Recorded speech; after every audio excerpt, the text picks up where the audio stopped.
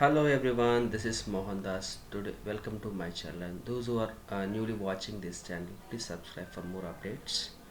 So today we are going to discuss about angle bisector.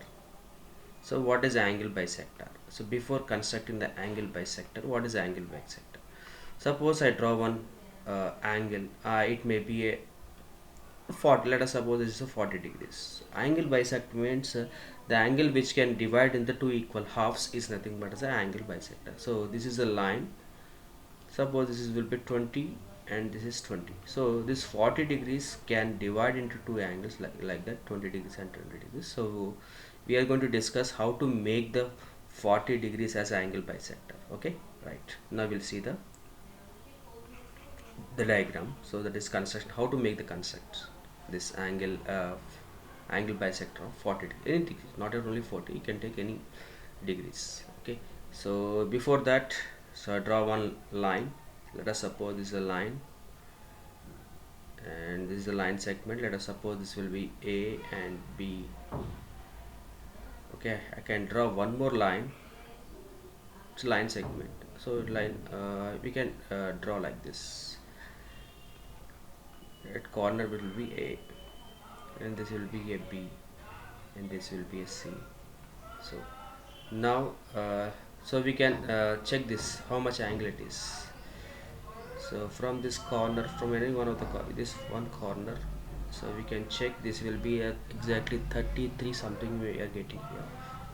So 33, if it is 40 means it will be a 20. So it is a so here you can check from here. So exactly 32 degrees. So you may find here 32 degrees. So now we will see the how to make the angle bisector of 32 degrees. Now from this case we need compass. From this corner, and you take this from A is a corner and draw like arc which cuts the uh, line both the rays, not a ray, it's both the rays, which can cut the both the rays. Now see here. So now we got the point of intersection between line and ray. So this will be, I can make it as D and E. Right now from this yeah, so from this point of intersection, take any some radius, uh, take some radius, or you can take any radius. So here I can draw one arc from the top, and the same measurement we have to follow at the point D. That's it. So now we can join these lines. So now you can measure it, or else we can do again this, yeah, from here to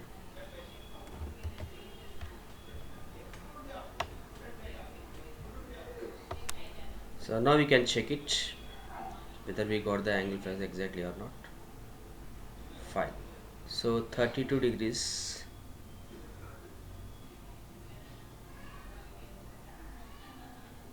So in the previous you got 32. Half of that, how much it will be? Half of that will be 32. Half is nothing but exactly 16. 16 degrees you make it here. Yes, 10 to 20. So you may get 16 degrees. So this is called as a angle bisector. So angle bisector. So the next class we are going to discuss about how to make the angles without using the protractors.